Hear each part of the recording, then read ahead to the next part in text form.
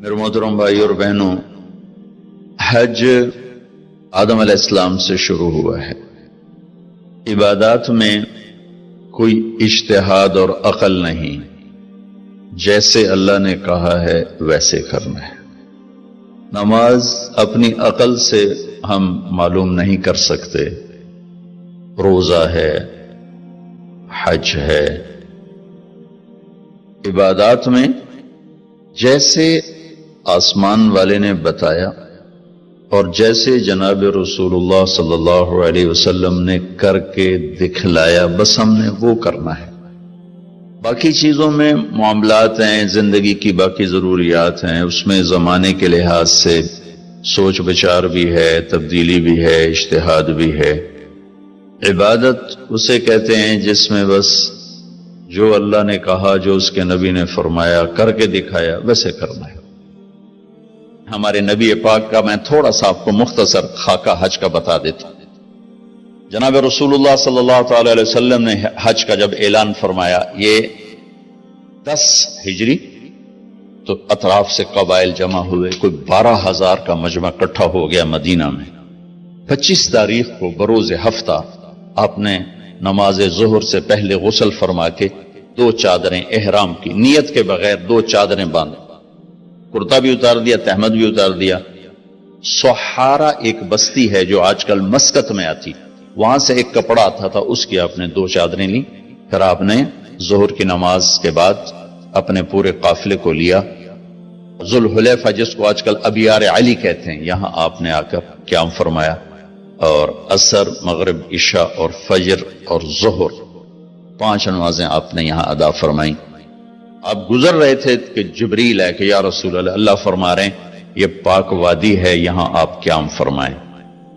ایک رات کی قیام کے بعد صبح آپ نے فجر کی نماز کے بعد غسل فرمایا، خوشبو لگائی، اپنے بالوں کو تیل لگایا، پھر شہد لگایا۔ شہد گوند کا کام دیتا ہے، چونکہ اب ننگے سر جانا تھا تو بال بڑے تھے آپ کے، شانوں تک آئے ہوئے تھے، تو آپ نے ان کو شہد لگا کے نا وہ جوڑ دیا، آپس میں جوڑ دیا۔ اور عائشہ رضی اللہ تعالیٰ نے آپ کو خوشبو لگائی۔ جسم پہ خوشبو لگا سکتے ہیں احرام سے پہلے، احرام کے کپڑے کو نہیں، جسم پہ خوشبو لگا سکتے ہیں احرام کی نیت کرنے سے پہلے۔ بالوں میں، مانگ میں آپ نے خوشبو لگائی۔ پھر اس کے بعد آپ نے ظہر کی نماز ادا فرمائی اور آپ اونٹنی پہ سوار ہوئے اور قبلہ رخ ہو کر آپ نے کہا لبیک حجۃ اللہم لبیک، آپ نے حج کا احرام باندھا۔ تو جبریل آئے کہ یا رسول اللہ، اللہ تعالیٰ فرما رہے ہیں عمرے کو شامل فرمائے۔ وہاں سے آپ چلے، آپ کے ساتھ کوئی 12,000 کا مجمع تھا، اور آپ ملل میں آپ نے قیام فرمایا۔ ملل سے نکلے روحا میں پہنچے۔ روحا میں کنواں ہے، وہاں 70 نبیوں نے قیام کیا ہے حج کے دوران، حج پر جاتے اور آتے ہوئے۔ وہاں آپ نے بھی قیام فرمایا، رات بھی ٹھہرے۔ روحا سے چل کر آپ افایا پہنچے، افایا سے عرج پہنچے، عرج سے ابوا پہنچے۔ ابوا پہنچے تو سامنے بستی تھی جہاں آپ کے سارے انتظام کیے گئے تھے رہائش کے، اور یہ قافلہ 12,000 کا اب 60-70,000 کا ہو چکا تھا۔ تو ابوا میں آپ کی والدہ کی قبر ہے، حضرت آمنہ رضی اللہ تعالیٰ عنہ کی قبر مبارک ہے۔ تو آپ سڑک سے یوں ہٹ گئے، اندر پہاڑوں میں چلے گئے۔ اکثر مجمع تو نیا تھا، انہیں نہیں سمجھ میں آیا کہ اللہ کے نبی اندر کہاں جا رہے ہیں۔ چندے کو پتا تھا کہ آپ کہاں جا رہے ہیں، تو آپ چلتے چلتے چلتے چلتے چلتے ایک جگہ اپنے اونٹنی کو بٹھایا، کوئی وہ 70-80 فٹ اونچا پہاڑ ہے، تو وہاں سے آپ اوپر چڑھے۔ یہ اپریل کا مہینہ تھا اور ماں کی قبر کے سرانے تشریف لائے، اور یوں اپنے گھٹنے اٹھائے اور ہاتھ یہاں رکھے اور سر یہاں دیا، یہ پوزیشن بنائی جیسے چھوٹے بچے بناتے، اور پھر جوں سرہانے بیٹھ کے رونا شروع کیا۔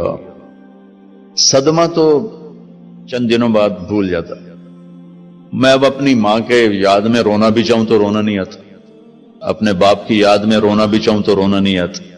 اور میرے نبی کو 57 برس گزر چکے تھے ماں کے گئے ہوئے، تو وہ 57 سال پرانا درد ابھی زخم بھرا نہیں، آپ اس پوزیشن میں بیٹھے اور اتنا روئے کہ سارا رواں آپ کا آنکھ بن کے رو رہا تھا، وہ ساری داڑھی آپ کی آنسوں سے تر ہو گئی، اور آپ نے آگے جانے سے انکار کر دیا کہ میں آج رات اپنی ماں کے پاس ٹھہروں گا۔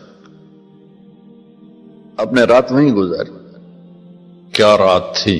ابواس سے چلے تو آپ عصفان پہنچے، عصفان تھے تو آپ نے کہا ابوبکر یہ کون سی جگہ ہے؟ کہا جو عصفان۔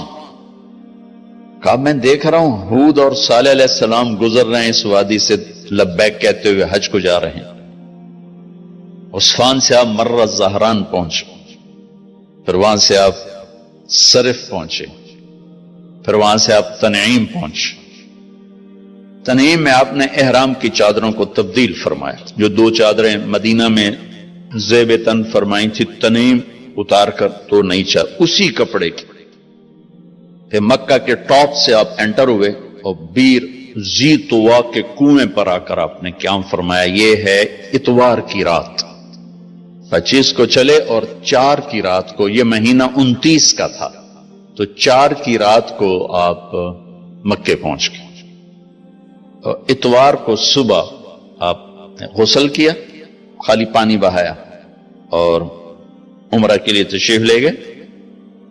صفا مروہ کی طرف سے آپ پہنچے، باب و بنی شیبہ کے سامنے آپ نے اونٹنی کو بٹھایا تو بنو ہاشم خاندان کے بچے آ گئے، ان سب کو ملے، کئیوں کو اونٹنی پہ بٹھا لیا، کئیوں کو پیار کیا، گلے لگایا، پھر ان سب سے ہو کر باب و بنی شیبہ، یہ باب و بنی عبد مناف تھا، آپ کے خاندان کا دروازہ تھا، اس سے آپ انٹر ہوئے، اور جب آپ فارغ ہوئے تو باب و بنی مخزوم سے آپ باہر نکلے۔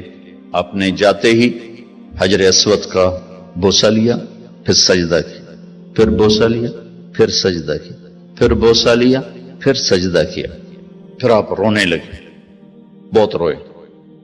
اس کے بعد آپ طواف شروع فرمائے۔